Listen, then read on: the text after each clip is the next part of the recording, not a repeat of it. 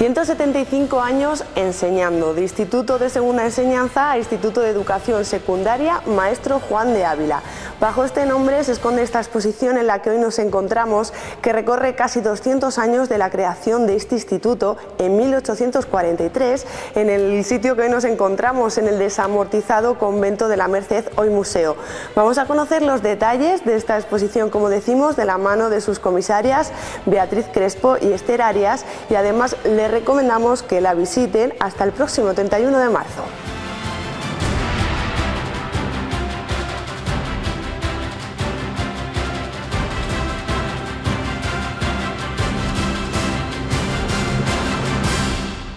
Se han realizado muchísimas actividades en relación con la celebración del 175 aniversario.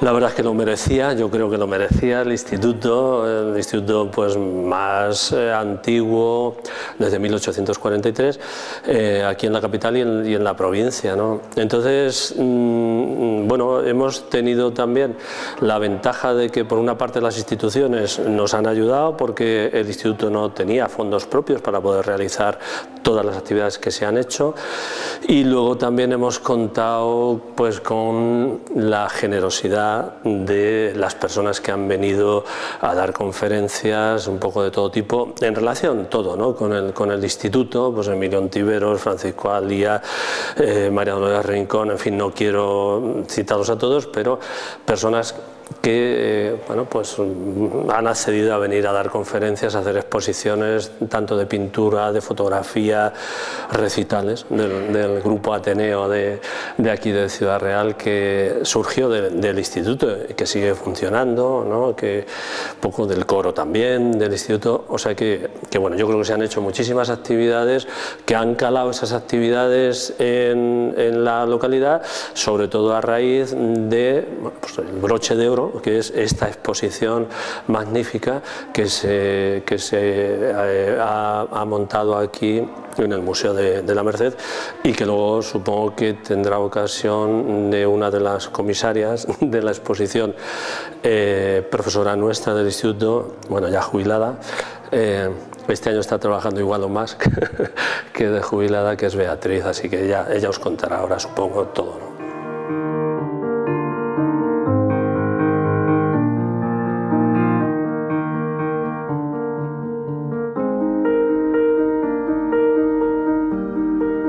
La exposición la hemos montado sobre 5 módulos o cinco partes. La primera es la de la historia del instituto, desde su creación, incluso un poquito antes, hasta este año, hasta el 2018. Una segunda parte que habla de los personajes que han pasado por el instituto, personajes ilustres, alumnos, profesores, a veces las dos cosas, que han pasado por el instituto y que hemos tenido que elegir solamente unos cuantos, claro, y de los que queríamos poner pues su foto, pero también algunos documentos que enseñaran que efectivamente han pasado por el instituto. Una tercera parte era la recreación de un aula de 1937, que con partes que todavía teníamos y con otros objetos que nos han prestado, pues hemos podido hacer. La cuarta parte, que es la más amplia, la hemos titulado de gabinetes a museo, porque trata de la historia de lo que fueron gabinetes o cátedras al principio del instituto, que luego todo eso, o gran parte de todo eso, está recogido en lo que hoy se llama el Museo Julia Muela, Museo de Ciencias Naturales Julia Muela, aunque también tiene objetos de física y química. Y por último, la biblioteca del instituto. Esos son los 5 espacios. En cuanto a historia, aquí tenemos como un organigrama, ¿no? Sí, hemos puesto un cronograma o una línea de tiempo que empezaría en 1843, que es el año en el que se inaugura el instituto. Pero delante de 1843 hemos puesto algunos datos, porque claro, como todas las cosas que se organizan necesitan unos previos, ¿no? Entonces, pues desde las peticiones para conseguir un centro de enseñanza, que tenemos datos desde 1836-37, la petición de este edificio para que sea la sede del instituto, la creación de una comisión que se encargue de la organización, incluso en 1841, y esto es muy importante, pues en 1841 tenemos datos de que se quiso crear en ese momento, y intervino en ello el general Espartero, que, bueno, como sabéis, es de Granátula de Calatrava, y ahí hemos puesto una carta que hemos encontrado en la que él públicamente dice su intención de ayudar. Pero probablemente por motivos económicos no empezó en el 41 y se inaugura en 1843. Y ya, bueno, pues hemos puesto pues datos de ese comienzo, pues que fueron 82 alumnos, el dinero que se preveía que se iba a necesitar, que fueron unos 80.000 reales de vellón.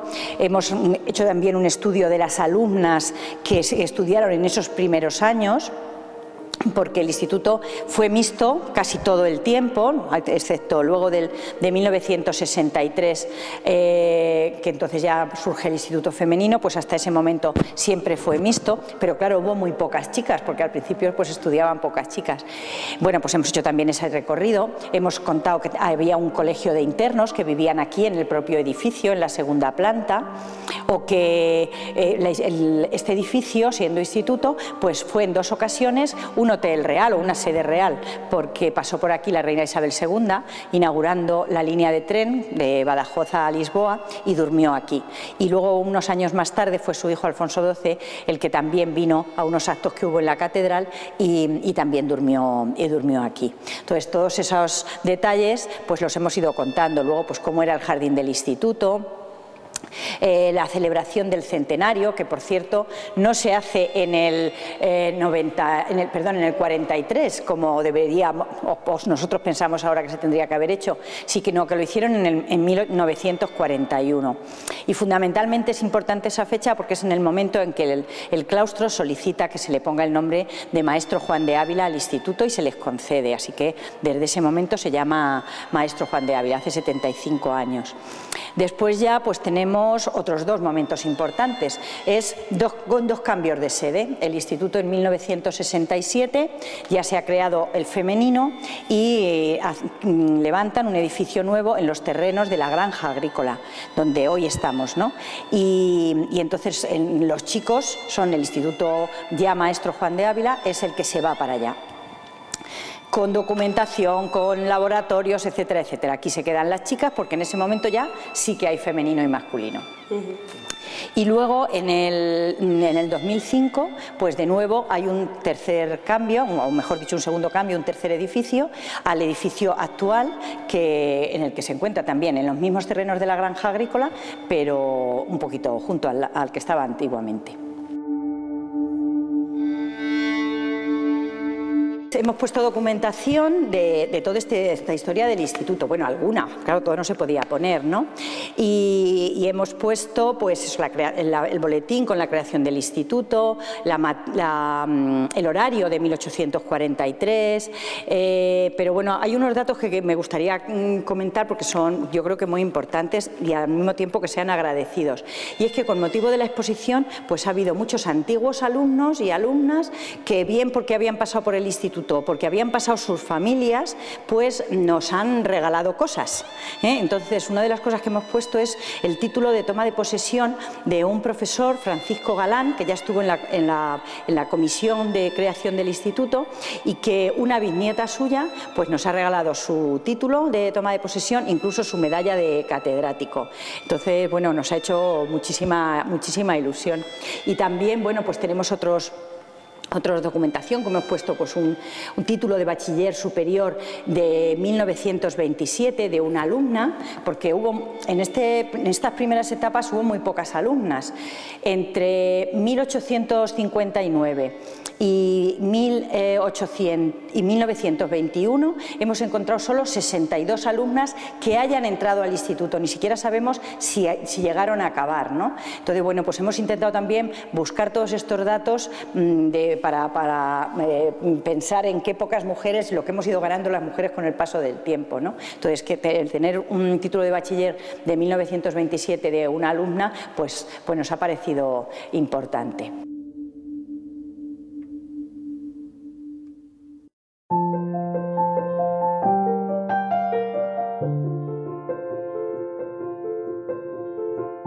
esta es la segunda parte. Y aquí hemos querido pues sacar a la luz una serie de personajes, hoy ya personajes ilustres que han pasado por el instituto, teniendo en cuenta que el instituto hasta 1933 pues fue el único no solo de Ciudad Real, sino de la provincia.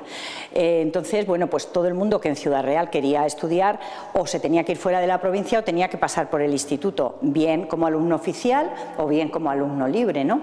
Entonces hemos sacado pues 12, hemos tenido que elegir, la verdad, 12 personajes que han pasado, unas veces han sido profesores, otros alumnos, otros las dos cosas, y que además queríamos colocar no solo su foto, sino también su documentación que lo atestiguara. Entonces, bueno, pues a ver si me acuerdo de todos: Inocente Herbasi Buendía, que es todavía un referente para los historiadores de Ciudad Real, o Francisco García Pavón, que aunque era de Tomelloso, pues también estudió aquí, o al menos vino a examinarse aquí, y hemos puesto sus notas. Ahora este año se celebra el centenario de su nacimiento. O bueno, un personaje que a mí me gusta mucho contarles a los alumnos cuando hacemos las visitas es el de José Castillejo. José Castillejo fue un pedagogo de principios de siglo, formó parte de la Institución Libre de Enseñanza. Él trabajaba en la Junta de Ampliación de Estudios, junto con Ramón y Cajal, que era el presidente, y él era el secretario, y fueron los que organizaron una cosa que para nosotros es ahora habitual, que son los intercambios escolares o los Erasmus. Pues ellos fueron los que pensaron la importancia que tenía para un alumno el salir fuera de su entorno, salir fuera del país, estudiar fuera. Hemos sacado también a 3 mujeres, porque bueno, nos parecía que era muy importante, a pesar de que fueron pocas las que estudiaron. Y mirad, hemos puesto a Antonia Roldán. Antonia Roldán fue una de las primeras meteorólogas de España. Entonces, claro, no había televisión y no la sacaban en televisión, pero tiene muchos estudios hechos de la climatología de las provincias. Ella, además, para ser meteoróloga también tuvo que combinar con ser militar, porque entonces la meteorología estaba muy unida al mundo militar y tenían que ser todos militares. Luego Julia Muela, que para nosotros es un gran referente, porque fue la que decidió organizar todo lo que había de patrimonio de los laboratorios, de los gabinetes de historia natural, pues organizarlo y hacerlo museo, ¿no? Por eso lleva su nombre. O otra también muy conocida en Ciudad Real, que es doña Isabel Pérez Valera, que fue directora de la Casa de la Cultura, que entonces estaba en el Prado, y que fue profesora del instituto, fue también miembro de la Comisión de Monumentos en Ciudad Real, y la Biblioteca Pública de Ciudad Real lleva su nombre. Hemos puesto otros escritores como Ángel Crespo, como Juan Alcaide, como Gabriel Miró, que pasó fugazmente por traslado de su padre, pero también estuvo en Ciudad Real, o el general Aguilera, que nadie conoce nada más que por la calle, pero que también pues estudió y fue alumno del instituto. Y no sé si me he dejado alguno. Entonces, de todos ellos pues hemos puesto alguna documentación, o las notas, o las tomas de posesión si eran profesores. Así, me he dejado uno. Don Carlos López Bustos. Don Carlos López Bustos fue un profesor de física del instituto. Él era madrileño, pero llegó a Ciudad Real y estuvo aquí prácticamente toda su vida profesional. Y bueno, pues tomó muchísimo cariño a Ciudad Real, aunque era físico y daba clase de física, pero tiene muchos escritos de Ciudad Real. Es muy curioso todo lo que cuenta de sus calles, de su historia, de las flores, era un encanto. Y los que le han conocido, todo el mundo que hablo de él me dicen que era un estupendo profesor, y él además solo quería ser profesor. De hecho, fue director accidental y bueno, pues eso no le gustaba nada. Él quería ser profesor y dar sus clases. Fue nombrado hijo adoptivo de Ciudad Real y tiene una calle. Cuento con esto por lo agradecido que Ciudad Real estuvo a su labor que pasó aquí. Y me parece que no he dejado ninguno más. Podríamos hablar de muchos más. También hemos tenido en cuenta que, bueno, pues que no hubiera, digamos, celos, ¿no? Y que no hubiera problemas, entonces nos hemos detenido en ellos.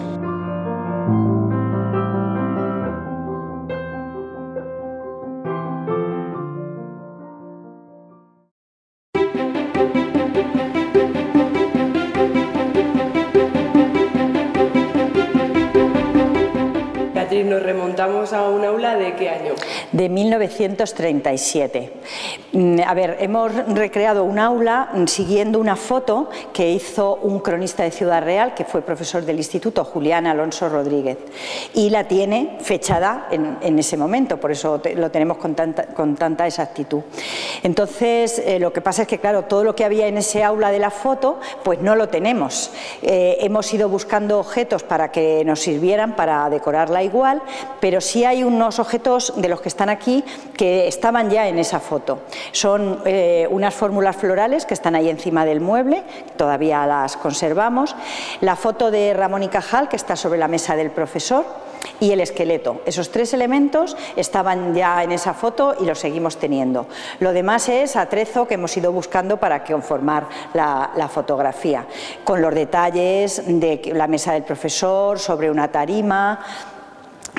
Los pupitres, sabemos que en aquella época las clases estaban preparadas para, dependiendo si eran asignaturas de ciencias, como para unos 60 alumnos, o si eran, digamos, de letras, para unos 90 o 100. Y también tenían distintas clases de bancos, según fueran para caligrafía, que entonces necesitaban pupitres, o si eran solo para, digamos, escuchar, que entonces utilizaban bancos. Así nos lo dicen las memorias del instituto. Será una de las partes que más llame la atención, quizás. Sí, sí, la verdad es que cuando vienen la gente a verla, pues es una de las partes que recuerdan, ay, sí, yo me sentaba en un banco así, los míos eran así. Quizá, hombre, son distintos porque los hemos sacado de distinta manera, de distintos sitios, pero sí, es lo que más, una de las cosas que más les llama la atención. Aunque en general les llama todo, porque, por ejemplo, el tema de que el instituto tuviera un colegio de internos, pues eso era muy desconocido, y entonces también esas cosas les resultan curiosos.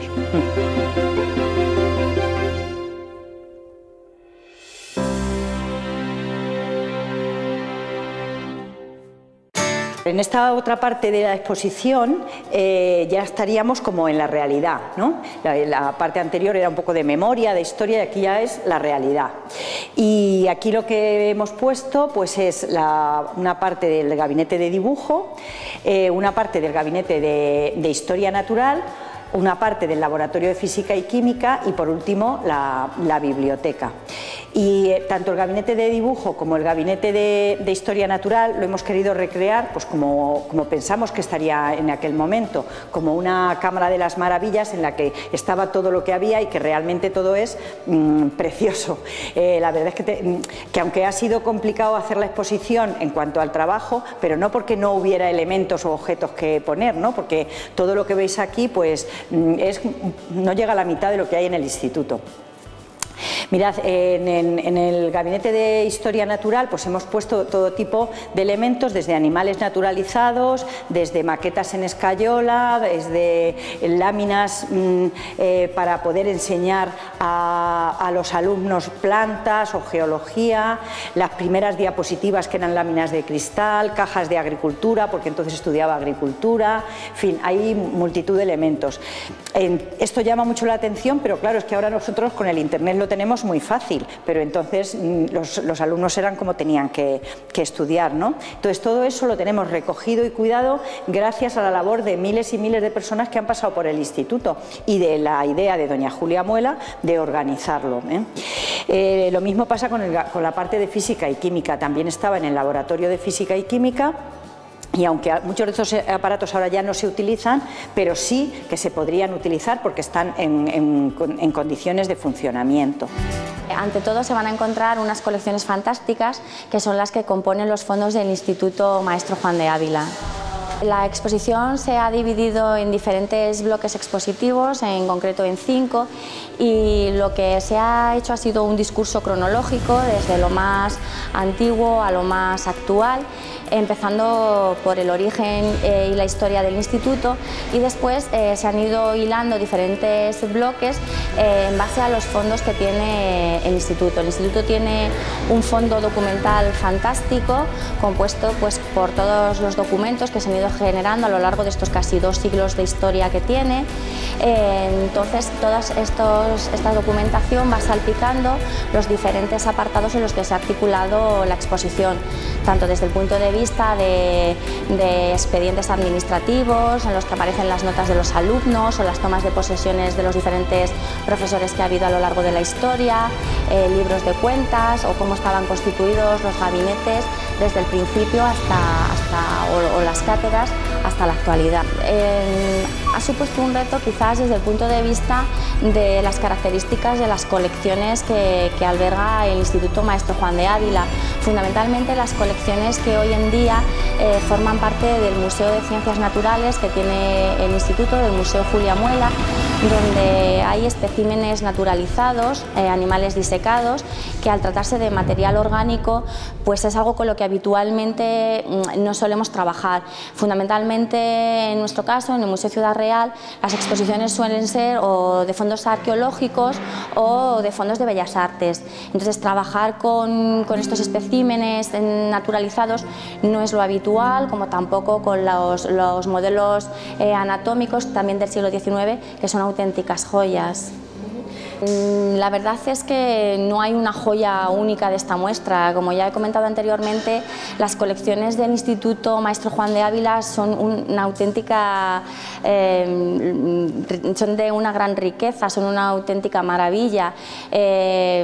No podríamos destacar unas sobre otras. Hay algunas que son tal vez curiosas o sean raras, como por ejemplo el cocodrilo nilótico, que llama bastante la atención encontrar un espécimen de este tipo, pues eso, en un instituto de enseñanza secundaria, o el mono también, pero en realidad es tal el patrimonio cultural, la riqueza del patrimonio que alberga el instituto, tanto pues desde el punto de vista documental como bibliográfico. Tienen también en la biblioteca unos volúmenes fantásticos desde un primer concilio de Trento, que sería imposible destacar unos sobre los demás.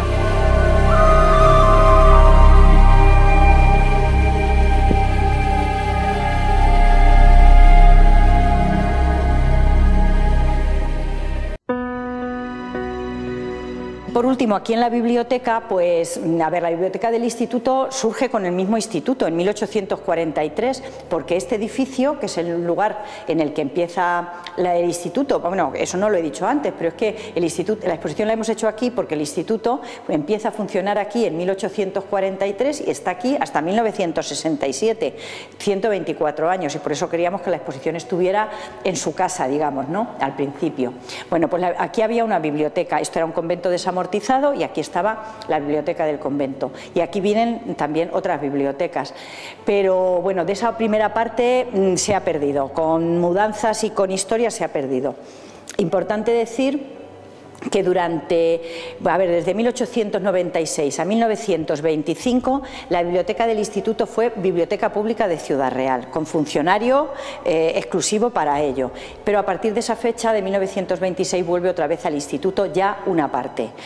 De todo eso que tenemos, pues ahora mismo la biblioteca tiene unos 25.000 ejemplares y una parte, unos 4.500 forman lo que se llama el fondo antiguo. Una cuarta parte de ese fondo antiguo, unos 1.200 ejemplares, son gracias a la donación de los hermanos Clemente que tenemos aquí, que también unas viñetas, sobrinas viñetas suyas, han tenido la delicadeza de prestarnos la obra para que la pudiéramos exponer. Estos señores venían de Toledo, pero se acercan a la provincia de Ciudad Real por temas de enseñanza, de educación, eran maestros, inspectores, y se van parte de su vida a Filipinas, y vuelven de Filipinas pues un poquito antes de que nos quedemos sin la colonia de Filipinas, ¿no? Y uno de ellos, José Patricio, pues decide en su testamento que su biblioteca, algunas conchas del Pacífico y algunos muebles fueran para el Instituto de Ciudad Real, y así en 1912 se hizo esa donación y se le dio las gracias, y parte de eso es lo que hemos expuesto aquí. El libro más antiguo que tenemos, que es un Concilio de Trento, una edición de 1745, 200 años después del concilio, o una historia de los jesuitas en Filipinas, o un Quijote de 1840 y tantos impreso en argamasilla de Alba, en fin, pues multitud de cosas curiosas que nos han parecido que podía ser importantes exponerlas para la gente. Y bueno, pues con esto acabaríamos la exposición, pero bueno, hay dos cosas que querría decir. Una es pues que esto desde luego no hubiera sido posible hacerlo por una persona sola, ¿no? Entonces, bueno, pues éramos una comisión en el instituto, luego, bueno, pues a mí me hicieron el regalo de dejarme que yo participara más, también por mi nueva condición de estar jubilada, pero si no lo hubiéramos hecho junto con el personal del museo, con Esther Arias, la otra comisaria, con Ignacio de la Torre, el director, todo el personal del museo que nos ha ayudado hasta altas horas de la noche para poderlo hacer. Y también me gustaría que la gente supiera que hemos trabajado aquí no solo los profesores, también los alumnos han participado. Por ejemplo, el nombre de la exposición se lo debemos a una alumna, el logo de la exposición se lo debemos a un alumno, un montaje que hemos hecho de fotos que hemos sacado del archivo de antiguos alumnos, pues desde 1900 a 1970 o así, para hacer, bueno, pues hay un mural con las caritas de los alumnos, también se lo debemos al trabajo de nuestros propios alumnos. Entonces creo que ha sido un trabajo colectivo que hay que agradecer.